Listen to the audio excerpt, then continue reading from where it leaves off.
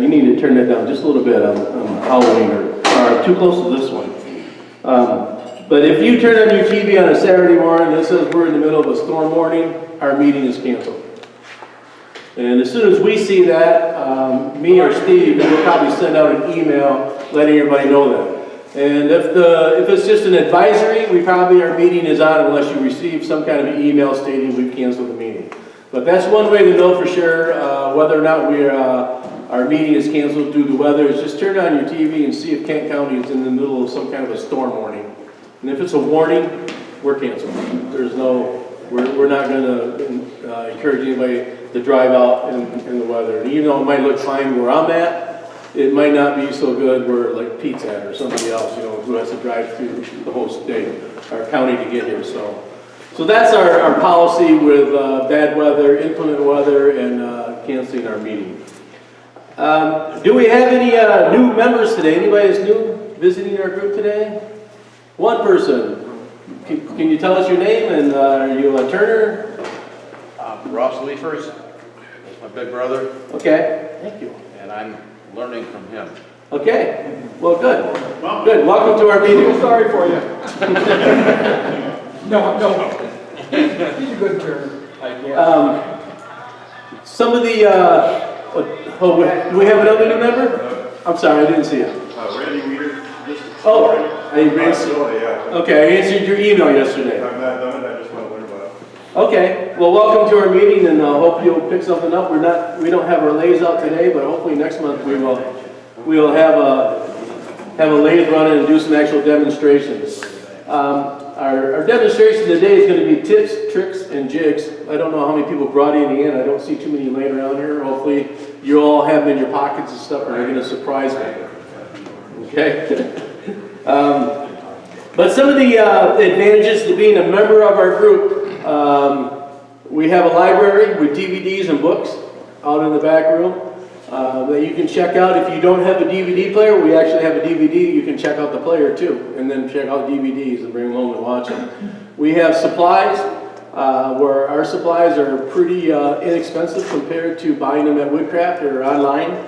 I know that I ran out of CA glue last week and I had to pay the long dollar at Woodcraft, $12 for a little bottle that we sell for $5. So yeah, we also have a tool sharpening system. We have a Wolverine system and a grinder in the back room. So if you have tools you need to sharpen, if you don't have any kind of system, you should bring them in and get them chewed up at least once a month. It's keep them sharp. Our membership right now is $25 for the year. So that's pretty inexpensive too compared to all the clubs around us. We've been fortunate that we've been able to keep our dues down because of the fundraising we've done and the areas we've been able to raise money. Last month we started out with a balance of $11,683 and change. We had a few, had a sale of a lathe, that was donated to the group for $650. So far we've taken in some money for the Rudy Lopez events that are coming up, and major expenditures, I guess, would be the shirts that were purchased for the supplies. And so that leaves us with a current balance right now of $12,119 and change. Anything else I usually do? The lathes we bought too. The latest, yes. Yeah, we added two more. Last month. But yeah, I guess it was since the last meeting, but you're right, that was last month. That's so. true. Okay. But all right. I'll try to break it from meeting to meeting. Yeah. All right. Okay. That's about it. Anybody has any other questions about So there's enough money for a new coffee machine. Okay. Well, all right. So we'll see after that. I got a coupon for Red Bath and Beyond. we're gonna get a coffee pot. Somebody's already volunteered to get one, right? Pete, right? Pete's gonna be on there. Pete's also going to bring back our monthly challenge. So he's gonna have in the near future here have some challenges for us to do for the future. Let's see, we do back there on our supply table. We have shirts. We have T-shirts that are $15. How many T-shirts we got left, Roger? Not very many. We might have to put together an order by summertime, maybe. Then we have polo shirts that are $20. And now we just added denim shirts. They're nice denim shirts with the logo on it. They're $35. Hang on, Roger's gonna grab them right now and display it. We've got our very own Vanna White here. And Show us your leg.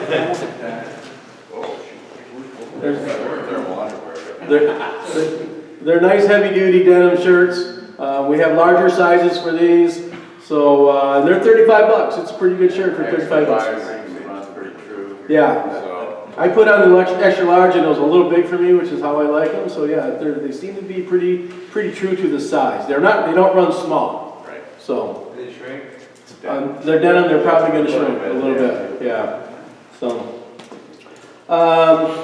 the Rudy Lopez class looks like we're going to add a second class. So now we have the Rudy Lopez demonstration on the 30th.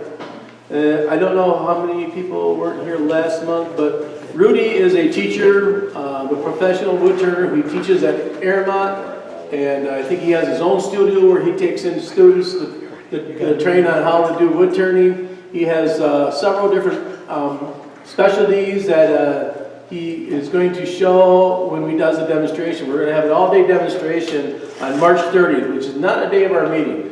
It's like 2 Saturdays later, or 1 Saturday later after our meeting. We're going to have it at another location out by the airport that has a really nice facility, where we'll do an all-day demonstration with Rudy, and he'll demonstrate 3 or 4 of his stuff on that one day. Because it's going to go from like 9 in the morning until 3 or 4 in the afternoon. So he'll have a chance to demonstrate several of his items. Then we will have a class on Sunday. The class on Sunday is squared around bowls and vases, where when you look at it, the top is square and the bottom is round. That's one of his specialties. Then on Monday we'll have a class it's the crotchwood with an emerging vase coming out of the middle of the crotchwood. So it's very unique, somewhat advanced. The squared around is not considered advanced. It's more of a beginner to intermediate, but it's very interesting. It's the class that I want to take because I really am interested in how he's doing that. And then on Tuesday we're going to add another square to round class. Because we filled up both the other classes at the last meeting. So if everybody pays for those classes, we're pretty filled up for the Sunday and Monday. How's the Tuesday one looking? The Tuesday's on the back of your page. Did you see that? Tuesday we have 4 signed up so far. Okay, we can take up to 8. What's the cost? $95 for the hands-on, $25 for the all-day class, right? Yes. $25 for the demo, the Saturday demo, which will include lunch and rolls and coffee and stuff like that. And then the all-day class, the people will be brown bagging their lunch in, and those are $95. And I think those are going to be 10 to 3, or I don't know if we had the exact times on those yet. But you will leave there with a complete item of whatever it is that the class is. When do we sign up for that $25? Today. See Joel back there because at the door it's going to be more. We're trying to give all of our members a heads up on that all-day demo. At the door it's going to be $35, so you're going to want to sign up early. So you'll put that online, how to get there, the directions? Yeah, we'll send out directions on where it's at and all that when it gets closer to it. Pete. And I want to say, Rudy is just an amazing demonstrator. He is energetic. He is incredibly friendly.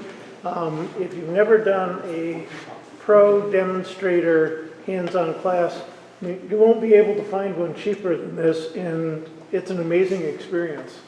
Yeah, because his classes, otherwise, he has a 5-day class, I think, and it's $800. We looked it up before last month. I don't remember now what it was, but it's pretty expensive, so to get in for less than $100 a day, it's a really good price for a professional turner who works at these studios and schools that teach professional turning.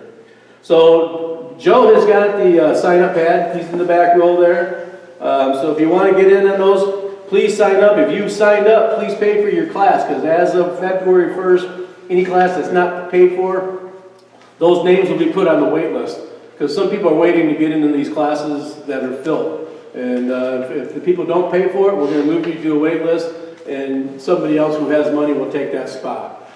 So we're encouraging everybody to pay for your spot today. And then next month when we come, we'll have all a really good count on what's there. Because we have to get his plane tickets and we want to know exactly how long we want him here. Because he'll stay as long as we want him. We have enough interest, we could add a Wednesday class on there. But I don't think that's going to happen. But it's a slight possibility, but right now it looks like the Tuesday class is going to work. So, and we want to get somewhat of a head count for lunches and stuff like that on the all-day Saturday class. So if you have any questions, see Joe on the break, and he can answer any questions on that. Let's see. Bruce Dannenhauer, he is from the Kalamazoo Club. He is the person that makes those bead boxes that are staved construction bead boxes. He runs them on his router and makes the staves.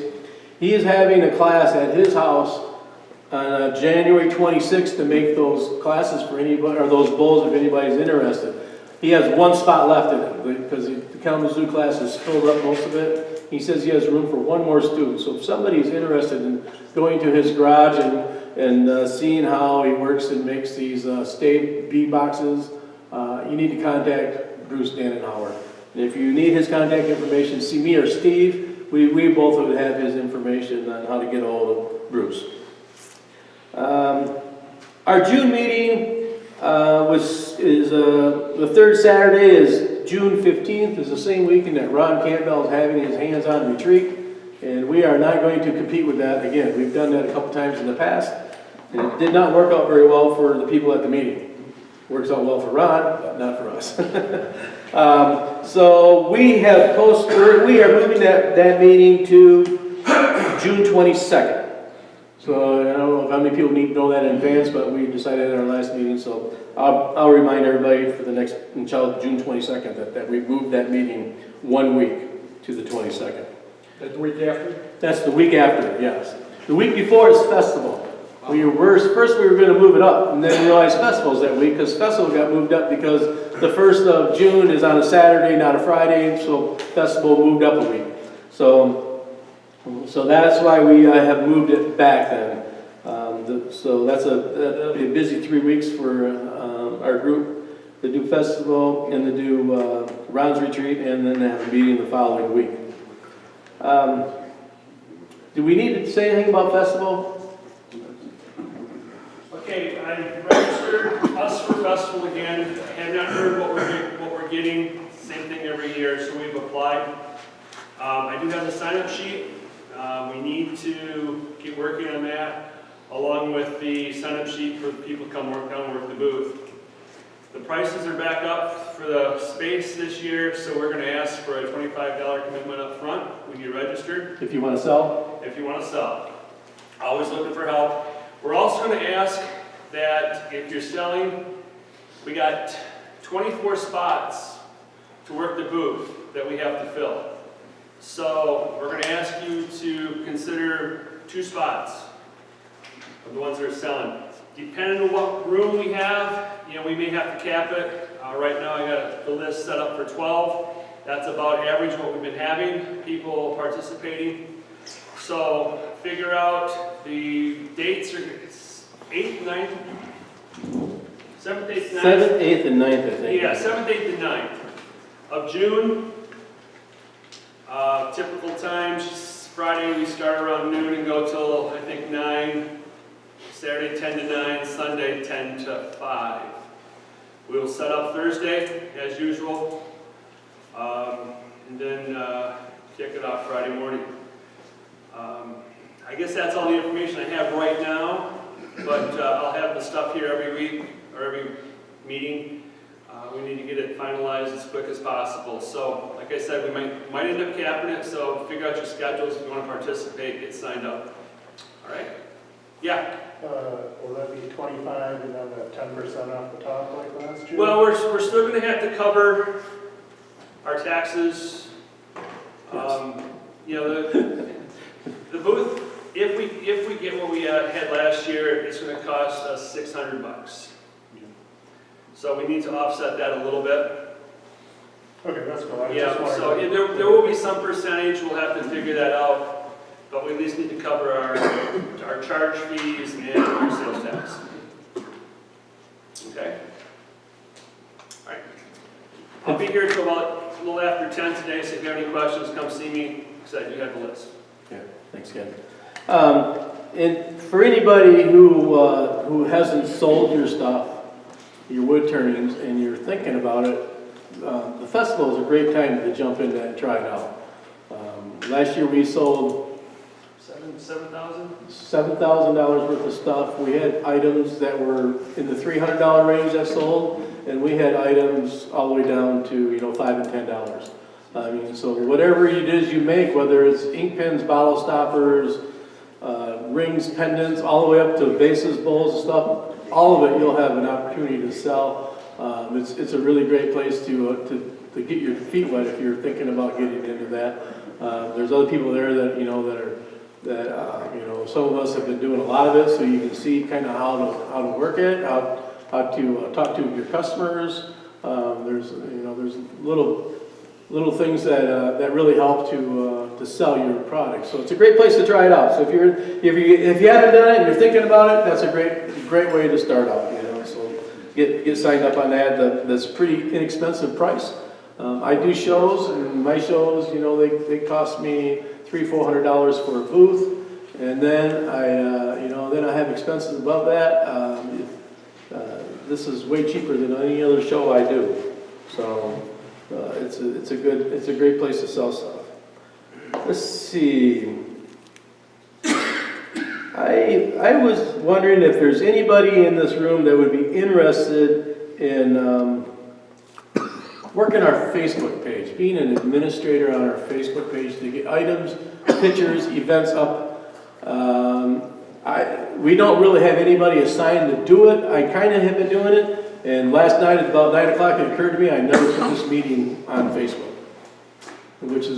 So basically our Facebook page has had nothing on it for the last month except for whatever Ron Campbell posts with A to Z carbide.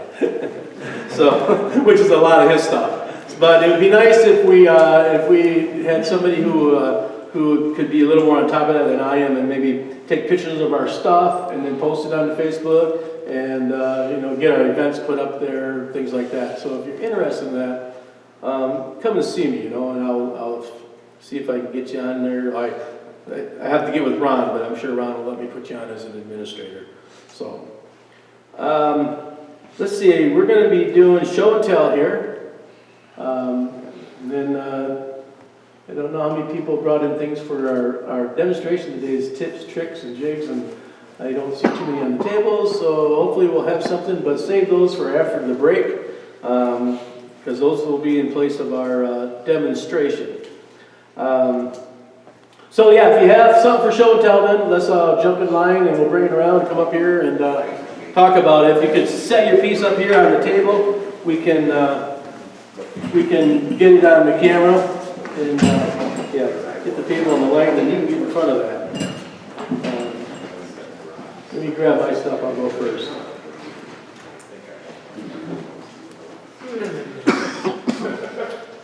I have two pieces I brought in. This is something I've been working on for a show. I made one similar to this. I made a couple of these about a year ago, and when I made them, they reminded me of the song "Be Our Guest" from Beauty and the Beast, when all the silverware and the pots and pans have legs and they start dancing. It really reminded me of that, and then the people I sold them to, they were like, yeah, that's wonderful. And then I found out about a show coming up here in March where your pieces have to be based on a song. So I'm like, oh, okay, I'm going to make 4 or 5 of these. So I made that using, put arms on it based on what we learned from Michael Gibson's class. Because he does the pots with the arms and the spout on it. So I used his techniques, and that worked really well for putting the arms on it. This piece isn't quite finished yet. I got lacquer the inside and the bottom yet. But yeah, it was a fun little piece. This piece, I finished this piece using that Hampshire sheen. Hampshire sheen or Hampshire grit? Yorkshire grit. Yorkshire grit. I did not use a Hampshire. This is Yorkshire grit, because that's the grit. I made this. I sanded it to 320. I did not put a primer or sealer or anything else on it. I went in and used the Yorkshire grit on it, 2 coats like it says on the can, and it came out really nice. Took out all the tool marks. I've seen lately, other people are saying that they only sanded the 240 and then put the Hampshire, or the Yorkshire grit on it. And it will actually take out all the tool marks. So I'm gonna try that the next one I make. Only go to 240 and see how it works, but it works very well, and I feel it makes it a very nice food safe plate for, and it was rather quick to make too, because there's no waiting for anything to dry. You know, that Yorkshire grit, you just polish it on and rub it and then put on a couple of coats. So, do we have any more of those left or not?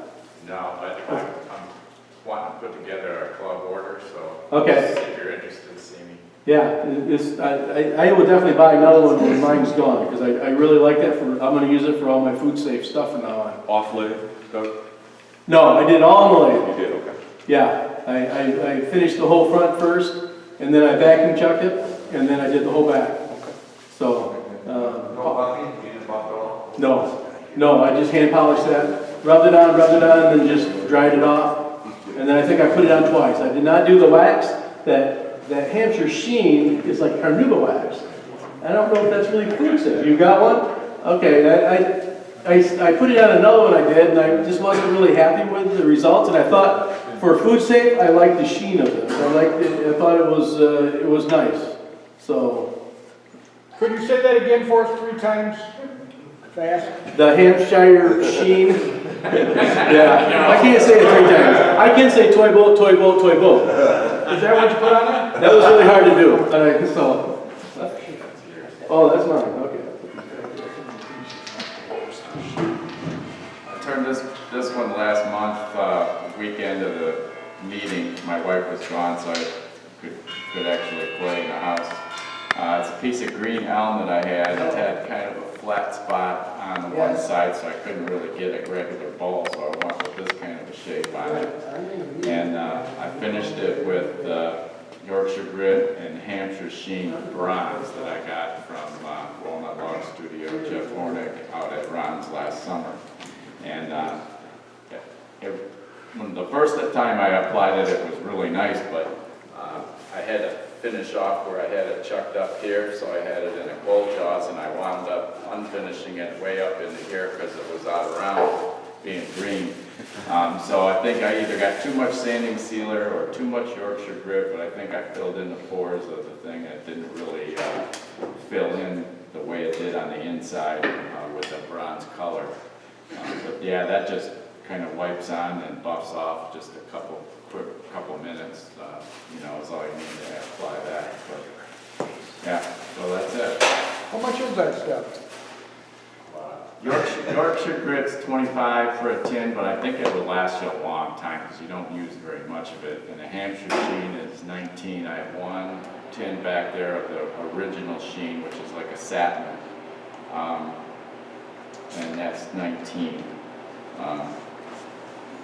I just found out that Jeff Hornick's got a shipment of the Hampshire sheen sample packs, which has got smaller tins of all the different colors. I'm not sure how much they cost, but I'm going to contact him on that. But it comes in the regular finish, high gloss, silver, bronze, black, white, electric blue, and electric green now. So, Do you like that better than a lot of the other finishes you were using, or? yeah, I haven't really used a lot, but it's real simple to use. And shines up real nice and quick. So the wax comes in colors? Yeah. So it's like guilty wax or Right. whiting wax? Right. I use the bronze on this. Okay. And it comes, what Jeff Hornick used, that Morocco bowl that he uses the white on that. But yeah, it comes in black, silver, bronze. Okay. One more question, Jim. Yeah, that stuff is different than like Triple E, right? I think the Yorkshire grit is close to the Triple E, don't you? Yeah. Try both?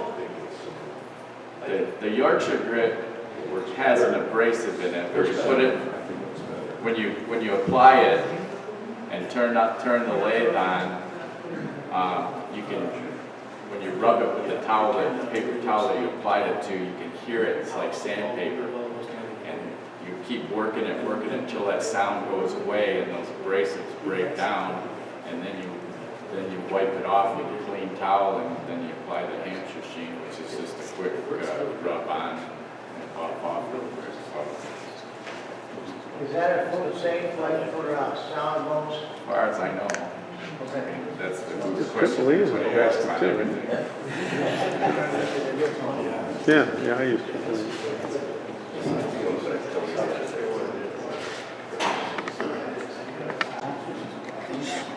These tops of these pieces started out as funnels, so everybody knows about that. So I thought they've been laying around the house, and I liked the colors on this one. I liked the spalting, and this was probably my first natural edge that I liked the shape of, but tore through the bottom of. So after a while, I just said, I'm going to just try something, experiment. So I did. I used the cube drives that I have. You know, people have seen the plastic ones. I actually have some aluminum ones I'll show later today. To make the three-pointed bowl, basically it's a three-pointed bowl upside down for the base. And this one, I had some of the, what is it, Verde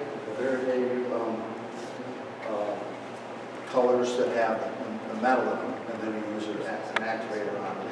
So I used that. This was the bronze here. And I used this sort of some stuff on, kind of mixed some of the stuff. It was just kind of playing around. I figured I can't go wrong with some of these pieces that I was probably going to throw away anyway. So, but I'm kind of happy with them. You know, they're not the greatest things. If you look inside, there's a mismatch, between them. Maybe they're not done yet. Maybe I need to do some more things. But I'm kind of happy with the way they turned out. Now they don't sit on the side. I can actually stand on them. So.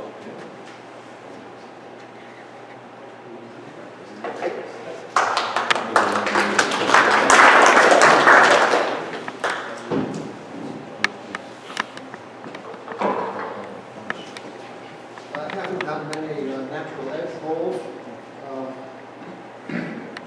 Most of them are unnatural edges. Bark flying off. This piece of wood is mesquite.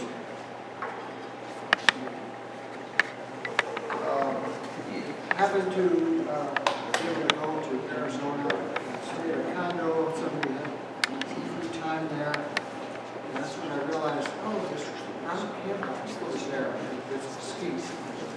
So I emailed him and he told me about a sawmill in Tumacacari. I raided their scrap pile, got some stuff that would fit in my suitcase. I think I got 3 pieces out of $1 worth of wood like this. Had a lot of fun with it. There is a little hole in there, right there. The live bug wasn't too happy about my turn.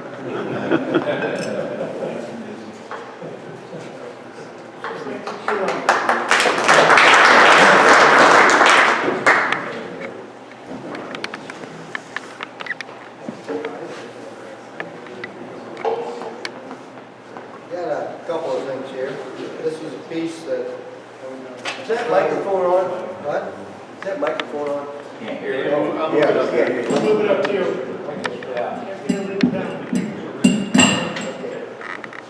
This piece here is something that you don't turn very often. You don't see it up here very much.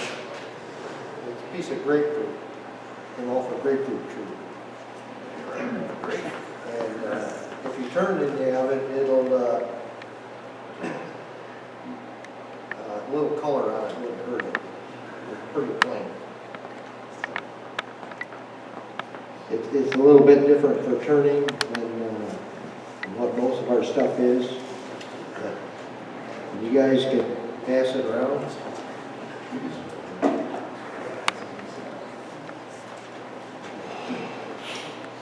That one there was a piece of spalted maple that was really bad. There's no way that you was going to get a smooth finish out of that at all. Your stuff come off, it looked like somebody dropped a bunch of grapefruit, or grape nuts on the wood lathe. And it was just all tore up. I soaked it in that after it was rough turned overnight, and I was able to turn it. The name of it is PC Wood Hardener. It's a water base. It's a product that I had not used before, and it seems to work well. Not like a lot of the other ones. You can sand this one. Some of the other ones you can't sand, like Minwax and stuff like that.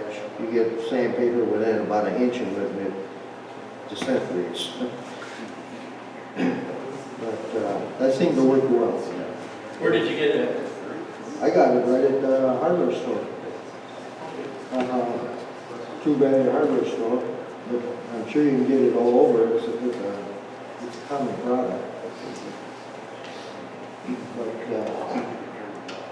and you can pass this one around too and look at it and see what you think. Dries overnight. And you say you soaked it, you filled the bowl up and... No, I just flooded it and put it on and Wiped it on. kept wiping it on until it got it wet. And but there was no way that she was going to get a finish tight on that.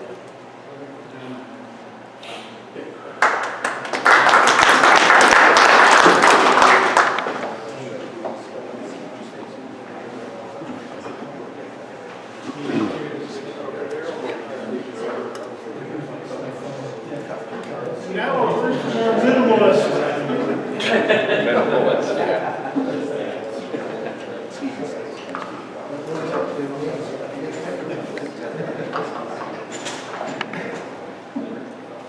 There you go. Along the same lines of stabilizing wood, that large piece there has a very unstable area in it. Really? Could you point that out? Actually, the whole thing is a little flexible in spots. But that bad area there, I saturated it with epoxy, the stuff that they call rot fix, and sometimes the tabletop finish that works. I've also taken rather generic epoxies and thin them out a little bit with lacquer, the manufacturer with lacquer thinner. Manufacturers don't like that and say it voids all warranties, blah, blah. It works. I've been doing it for 30 years. And that gave it enough strength to hold together.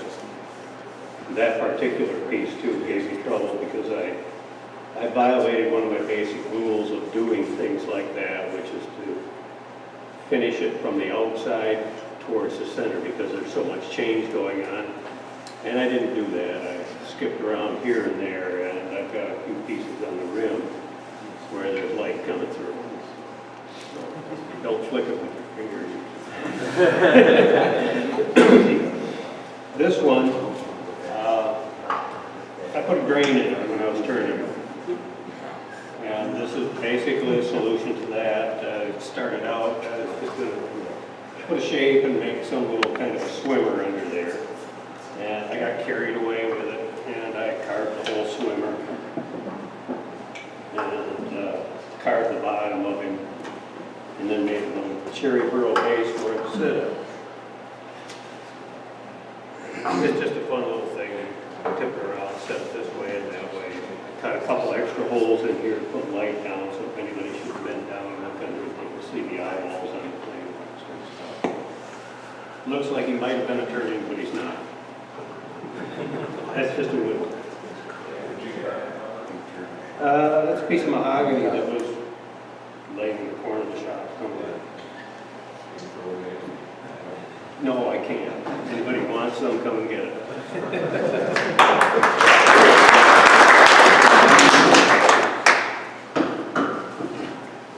All right, so last year I started making a couple clocks. Unfortunately, actually, I think I brought this to Art Festival, just never pulled it out. And something got set on it. So what wound up happening is there's just some lines, like some pressure lines of something heavy being set on it in my crate. And I wound up having to sand off the face of it again. and get it back darkening. You can tell there's a difference in darkness between here and the actual face of the clock. Being cherry, it's kind of inconvenient. So I've had this setting in front of a window for about 2 months now, trying to get the color back to the same. Otherwise, it's just a segmented ring. I use coal jaws on the outside to hold it while turning the inside, and then reverse that. Then on the back, basically just turn in a shallow kind of dado to glue in the clock face and such, and then a little bit of wood burning. So kind of a fun type little project to make up a handful of rings real quick and then turn them over the course of a month or two and such. So.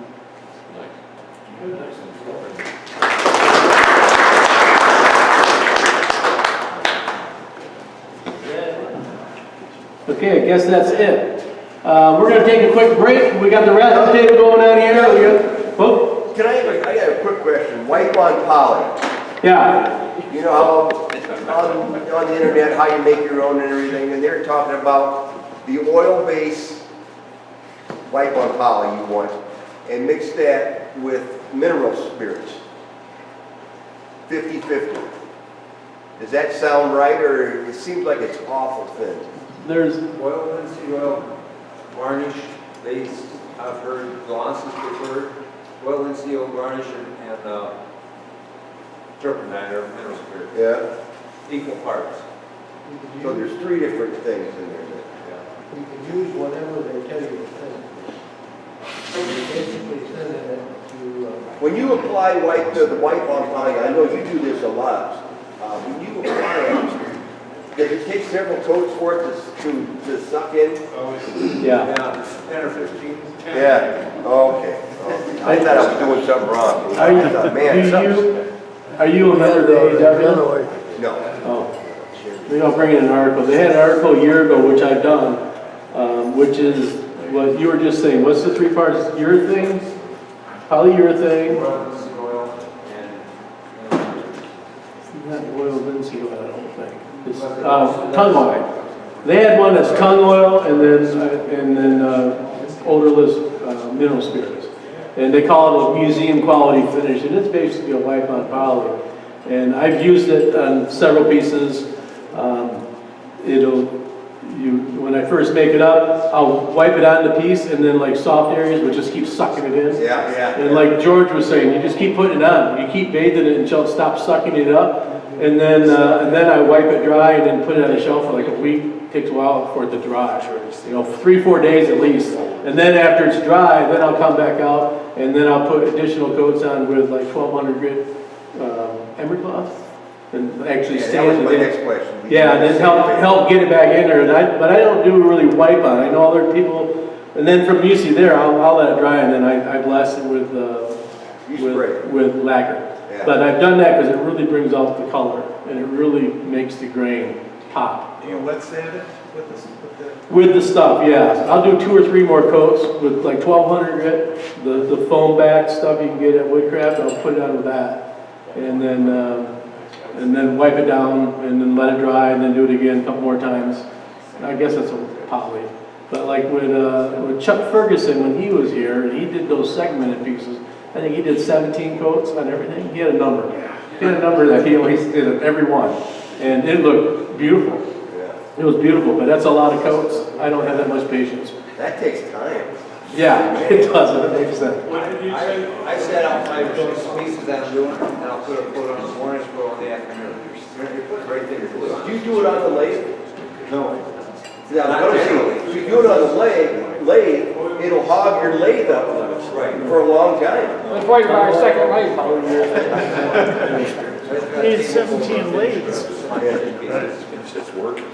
Yeah, if you are an AAW member, you can get a hold of their last February magazine. They had an article in there. I'll print that up and bring it in next month because we've been brought up before. And it's a nice little article on a guy who does it. He does many coats with it. So any other questions? Okay, we're gonna take a break and we'll come back and do our tips, tricks, and jigs.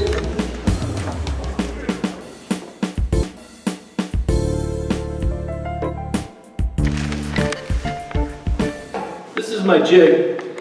I started making these and I always struggle with finishing the bottom of these vases. Because if you see, I'll have a tenon that comes out here quite far, and if we turn off that light, that is a little easier to see. Can you turn off that light back there, Daryl, or Dave? Thanks. But I'll have these come out quite far, and then what I was doing, I was jam chucking these. And then I would start carving my feet out, and then eventually I would get it down to just a little nub, then break it off and hand sand that. But jam chucking that, That's tricky. cracked it. Can you see that? Because I got a cone there, I'm shoving this into it, and through the course of it, every one I've done, I've cracked that top, because it's a lot of force on there. Have you tried wrapping it with tape before you do the jam chuck? No, I didn't, but that's a really good idea. So what I came up with,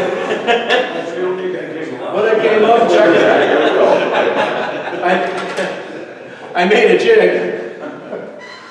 And this is the one I started working on this one the other day.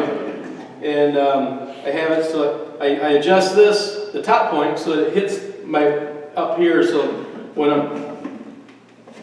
I'm working on this, I can drive this really tight, and the pressure point's under here. And I adjust my cone here so that it's just barely snug on there, but it's not tight. And then I put a hose clamp around this, and then bring it up true first, and then hose clamp it, and then I can back away my tailstock and start working on my feet. So this one here, you can see I just started turning it. I got my feet marked, and I started cutting this out, and then my shaft broke on my carver. So I was done. I thought I'd have these half done. But it has worked very well for me to support that. And then I did use this jig to take the bottom off that one after I cracked the top. So then after I got it all done, I could tighten this up enough that I actually could pull that off and turn that top. And it stayed in place. And I got my V on there and rounded it. I haven't lacquered that very bottom yet, but so yeah. So I made a jig for doing it, and it works very well. Had to think about it a little bit. Yeah. So that's my jig. So I'm gonna leave that over there. If anybody wants to look at it later, they can. Got a couple of things here. One is for sanding on the inside stuff. Down here. Matter of fact, I used it on this one. Go right in. You power sand it on the inside. And you can shrink that down if you want to. This is made from a screwdriver that goes in an electric drill. Here it is.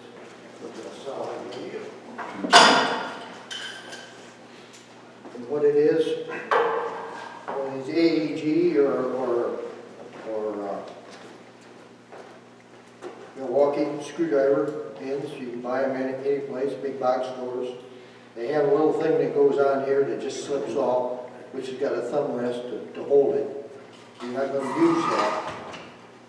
And this is just an extension for this size piece here.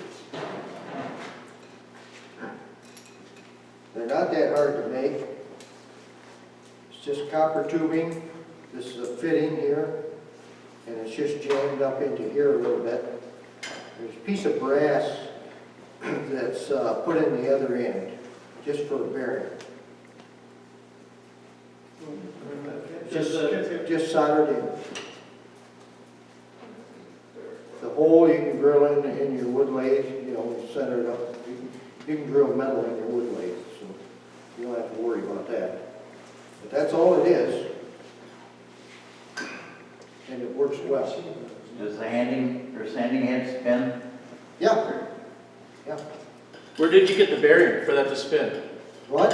Is there a bearing in there then that it spins on? How does it spin? Put a drill in. No, they had to sell it. Huh? In your hand there, the head, does it turn free from the, Yeah, or is just it as solid? soon as I get it back together, I'll show you. It's a right angle dribble type. Yeah, it's just a right angled screwdriver. Oh, I get it now. You can buy those. Yeah, you can buy them. Okay. They're about 20 bucks, somewhere in there. That's all it is. The extension is about 10, 12 bucks.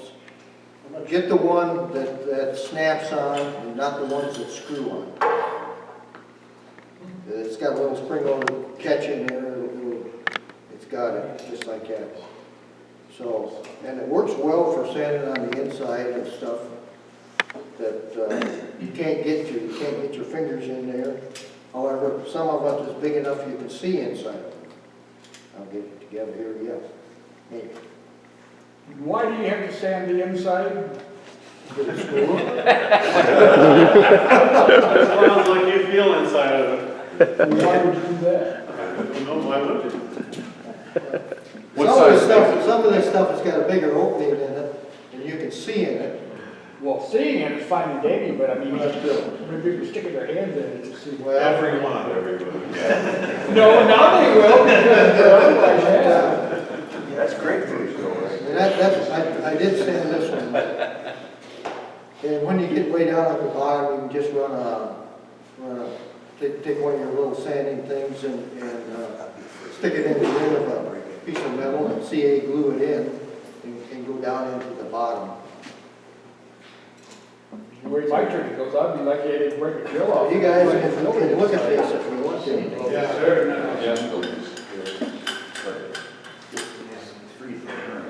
It does work well. The biggest, Could you make your shaft smaller to make it better for well, you can't, small enough? you gotta get the head in. Okay, And that's where you're limited on. okay. I was kind of looking for one that would maybe articulate with a small head, but I haven't found it yet. How much torque do you find? What? How much torque is there when you're trying to do the sanding there? Do you have a hard time controlling it? No. Is it catching the side? You can just grab a hold around the outside of the copper tube. If it's pinned, it's just gonna go around. You're not turning it that fast anyways. You got that way down slow. So do you sand all the way to the bottom of that then? I didn't sand the bottom, but I sanded all the way down as far as that could go in. Which is If gonna you be find down. out got long enough fingers there to reach the bottom. They went down that far. Well, you can make them as long as you want. No, I'm talking about your fingers. Someone can touch it. Find out if you're giving them a hard time. That one is sanded down. And when we talk about 17 coats of finishing, we've got the time for that. That was sanded down to about there. You're making it hard for me now. I'm expecting to have to do something like that. The other thing I did for you guys that are using a lot of sanding discs is you can buy these. A lot of you guys know it, some of you don't. Where do you get those at? Hardly Freight. Hole saw? Is it a hole They're saw? just hole saws. Oh, okay. They're just hole saws. I thought it was a punch. I found that if you sharpen them and you leave a little bit of that ridge in there, they'll cut a little better. And if you grind it out, just notch it around in a few little places with it on your grinder on the corner. But don't put like teeth in them. But you put this in a drill press and lay a board down underneath here, lay a strip of sandpaper in there. Bang, bang, bang, bang, bang. Go in from the back side, not the front side, unless you want to shorten them a lot. Did you do that on a metal lathe then for your... What? Did you do that on a metal lathe then for... No. Or did you just use a file? Grind most of your teeth off. Okay. Put it in your electric drill and shove it up against your grinder and on that end. Oh, okay. And shove it quick.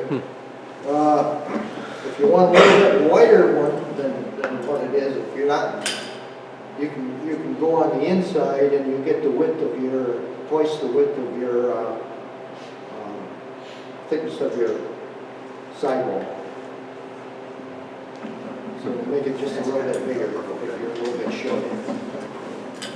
But it's a little harder to shove, and you're going to have to get something that you can go in there.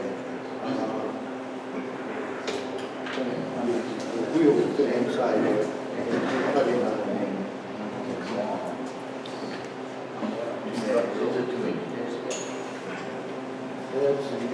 It's a lot cheaper than buying it.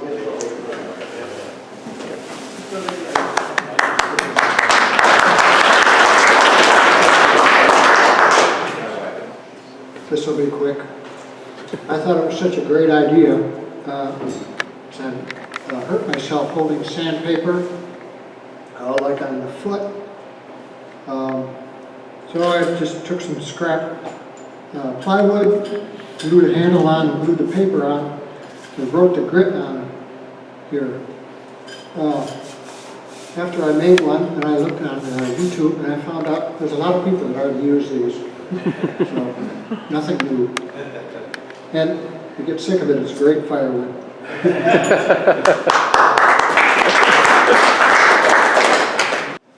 guess this would be in the kind of the fixture thing. It's kind of more of a tool. These are aluminum versions of the 3D printed parts that I've shown before.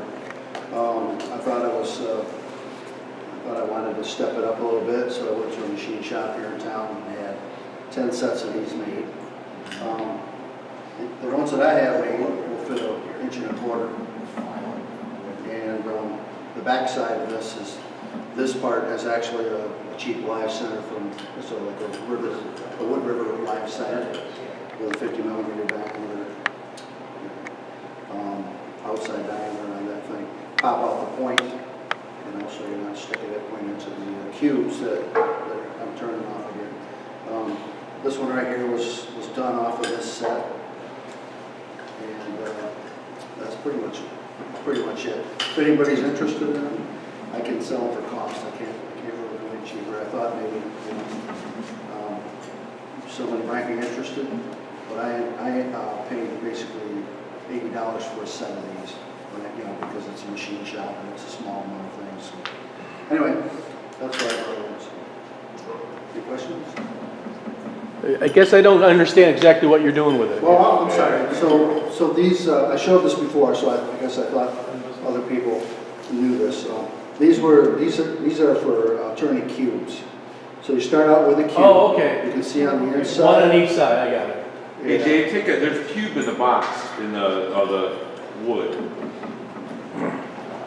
So one piece went into your tailstock, the other piece went into the headstock, and then you mounted up. Get you in this box too. That's wood really I like would that. feel more comfortable. So yeah, basically I like know. that. Something like that. And It's then, like, if you don't have a bunch of adapters, because you maybe have to have adapter, it runs pretty good. It runs pretty true. So the reason I kind of worked to develop this out is because I was looking for something that would keep the points on both ends of what I was working on. You can't turn cubes. Everybody probably knows you can turn cubes by just flattening off the ends, turning your 10 and 3-point bowls, that type of stuff. You can do that. I was looking for something that I could have an end result of the points still being there. And I thought maybe other people might be interested in that too. Okay? Did I see that?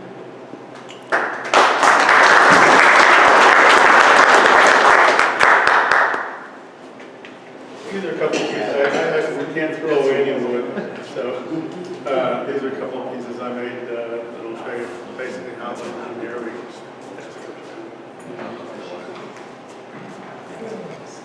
Anyway, before I go on a bandsaw and take a block of wood like this, I clean the edges up, making sure those are real nice and surface where you can glue up. Otherwise, you try to do it afterwards. It's a bit of a task.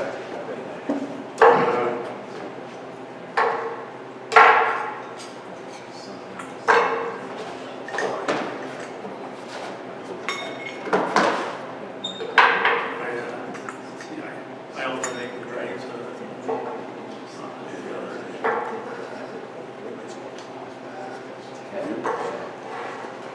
And what I do is I take 2 pieces here.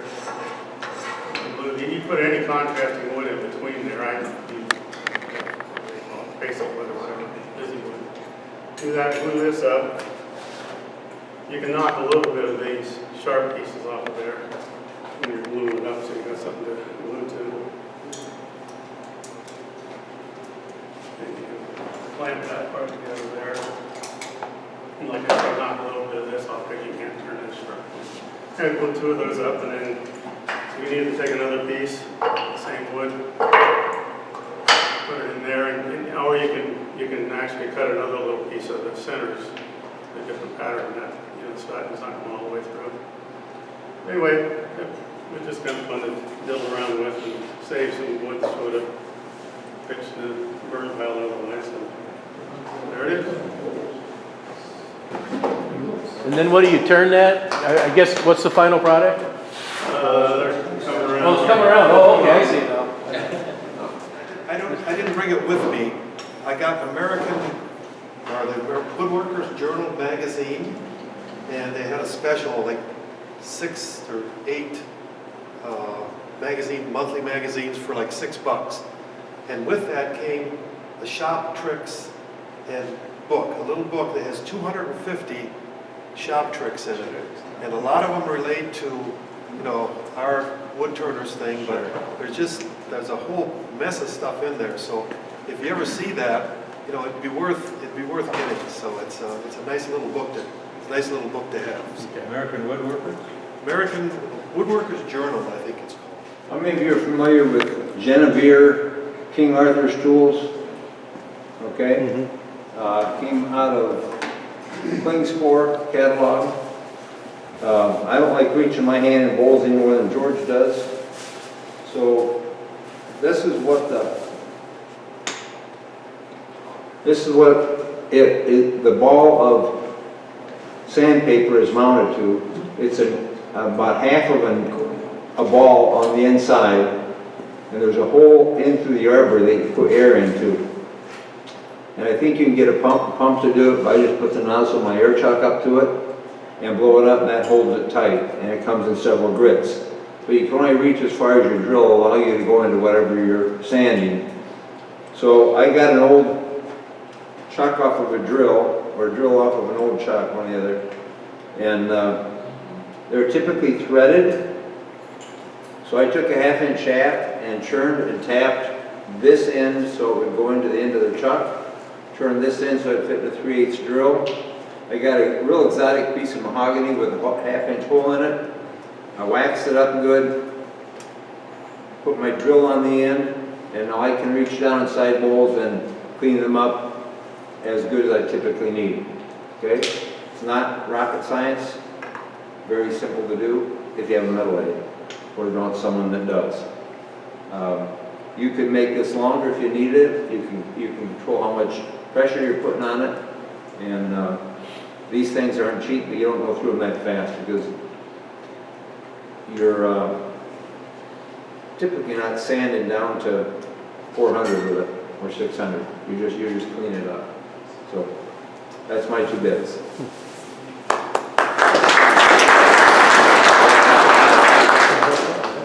We'll get them lined up. This is really simple, but turning goblets, wanting to be able to stabilize the cup end as I work on the handle part, I put this over the live center, just made it to fit right over the live center, and then that goes right down inside the goblet and stabilizes it.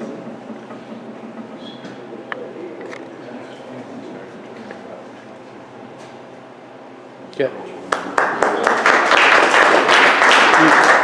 So this is a real exotic material. It's called HDPE, high density polyethylene, or plastic grocery bags. So you get a whole bunch of those. I bought a cheap toaster oven from an auction for like $5. It'll melt about 200 degrees, but I think the extrusion point's about 350. You gotta play with the temperature a little bit before, so it doesn't start to yellow and burn too fast. But so that's plastic grocery bags. I'll kind of feed them in a few at a time so it doesn't build up too thick of a center layer that doesn't get hot. And I'll pull it out every so often with some gloves and just with a board or something, press it together, try to get rid of all the voids. My next step is going to be to build a little form or a little mold where I can clamp some wood together to really hold it real tight while it cures or cools. And then this is milk jug material, so probably could have been a little bit more careful about making sure the plastic was real nice and clean, all the paper was off, so there's some kind of little grain in there. One thing I've done with it is I couldn't find the mate this morning, but I turned a couple of these and put a taper on it. This one was a little loose, so I wrapped some blue tape around it, but then I used my lathe as a pen press. So I got one in each headstock and tailstock, lock it down, and just advance the quill to press the pen pieces together for, something made out of trash. But I've seen guys, you can be real careful about the colors you put together and make it look nice and do pens, or, I've seen guys make mallet heads and tool handles and all kinds of stuff. But yeah, I mean, for a bunch of plastic grocery bags, you can see the Woodcraft green and my wife's Target bags in there, but it comes out pretty rock solid hard. Cool.